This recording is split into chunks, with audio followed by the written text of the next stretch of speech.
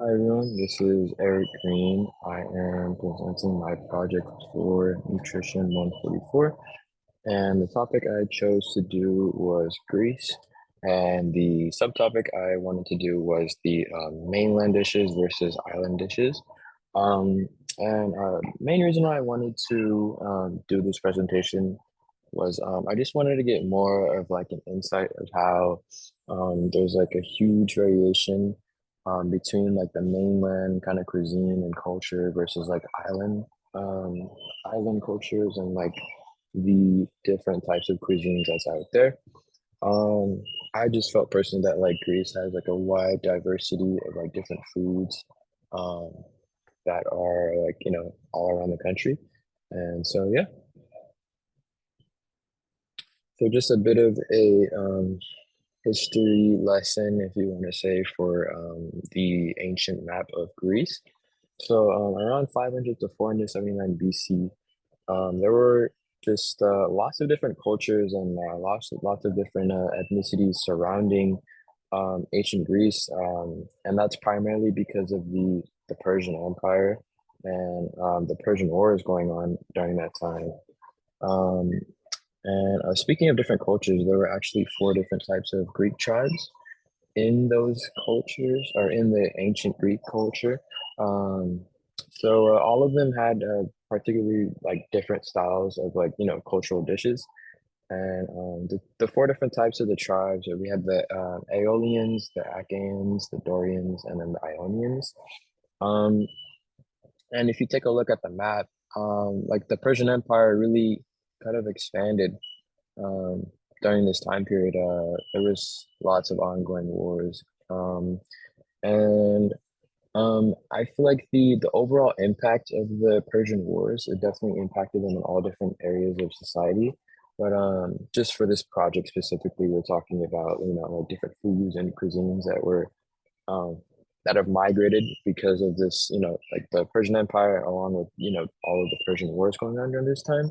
Um, so primarily, like the main type of result that came from their ancient history of Greece was lots of spices and herbs were actually brought into Greece because of I mean, not to say like it's it's a fortunate time, but it's like due to these wars, there are lots of different like cultural exchanges, such as like new spices and herbs going into the country of Greece. Now moving on to the geography of Greece. So taking a look at the southeastern portion, over half of the land is covered in mountains, as you can see from this little picture right here. When we talk about like mountains specifically for Greece, it gets very snowy up there, believe it or not. And this is kind of like it's kind of like a drawback for Greece when we're talking about the mountainous regions because not too many things can grow up there. Um, but Taking a look at like all of the different seas and like you can tell like all the islands on the edges, um, those are mainly for like collecting, like any type of like seafood. Um, and I'll get into it later in the presentation, but the islands of Greece definitely provide a large role in, obtaining seafood. So that's definitely a plus. And taking a look at the mainland regions, you can see like, different, huge centers. We have Styria, Peloponnese, which is East Central. And then we have Macedonia, which is up north. And then some of the famous islands, we have Crete, Rhodes, and then Mykonos. And then just a fun little fact, geography is pretty, um, it's rich in petroleum and marble. Um, and so taking a look at like if you look a bit like central-ish of Greece, you can see there's not really that many mountains. There's definitely a good amount of mountains in this region, but I'll get to it later in the slides. Just it's important to keep that in mind when looking at like different crops to grow on like flatlands versus up in the mountains. Um, yeah, a lot of the crops, like fruits and vegetables, they were primarily grown. I mean, even modern day, they're primarily grown in like the central areas compared to, the mountainous regions as well as the islands. Now moving on from geography, we have the weather patterns in mainland versus island regions. So like I said previously, the mainland is where most of the vegetables and fruits are grown. Cooler temperatures are on the island regions, primarily during the summers. And to contrast that, the mainland, the summers are actually pretty hot. It can be up to 100 degrees. So, in all the other seasons, it might be easier to grow crops in the mainland, but definitely once summer hits, maybe the northern regions, where um, all the mountains are, it's a little bit easier to grow crops up there, like fruits and vegetables, and definitely also the islands, um, just due to their sheer fact of having cooler temperatures during the summer. And like I said previously, the coastal regions, they bring in the majority of the seafood, which leads up to my next point later in the slides, talking about markets. Moving on, we have the agriculture of Greece. So Greece is actually a major contributor to their country in terms of like just bringing products in and producing things. Um, so taking a look at like their major production, we have like olives, olive oil, obviously, and then we have like grapes and citrus fruits. Um, and then also up in the mountain regions, they also produce a lot of honey, which dates back to ancient Greece. And excuse me, up in the mountains are where most of Greece, they tend to have a lot of their cattle and livestock compared to the mainland.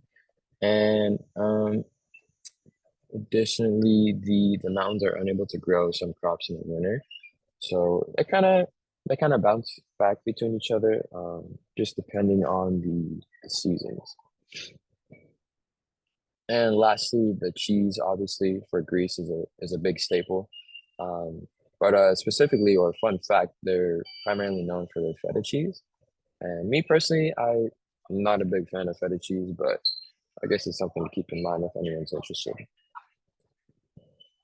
Now, taking a look at a few popular mainland regional dishes, we have the twisted pies, which are pretty popular in Macedonia, and they consist of mainly like cheese. They're filled with cheese primarily, and they can be stuffed with like various greens and onions.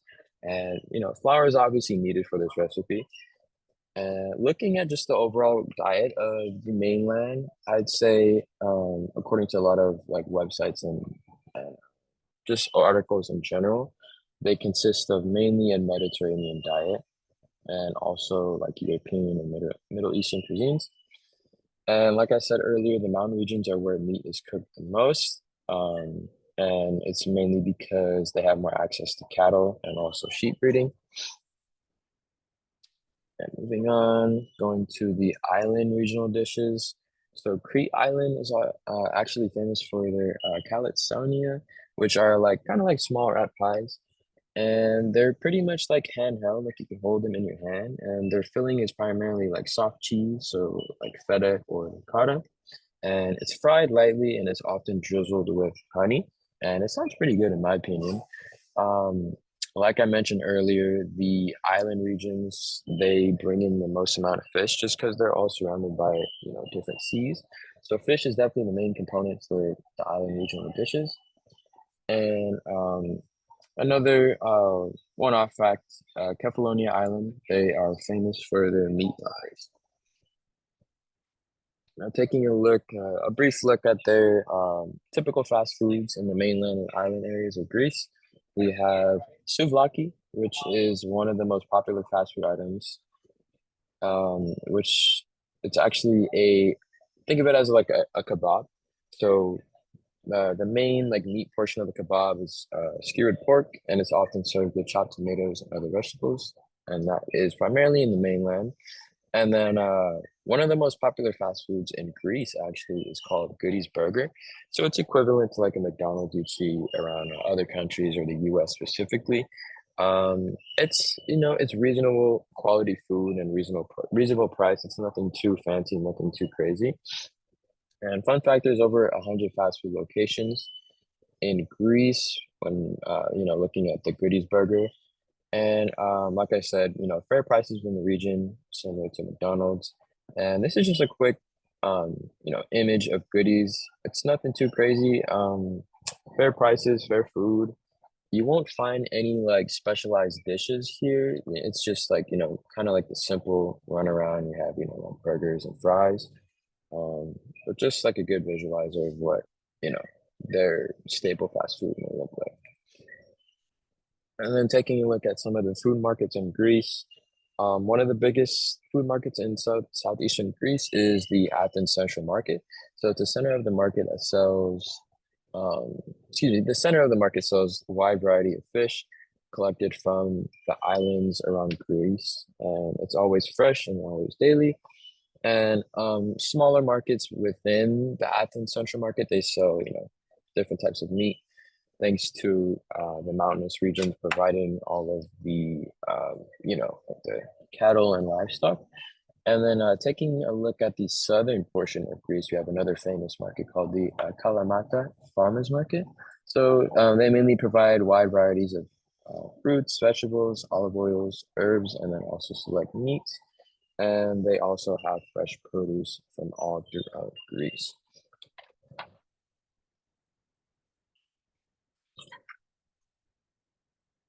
And these are all of my websites used, and that wraps up my presentation. Thank you.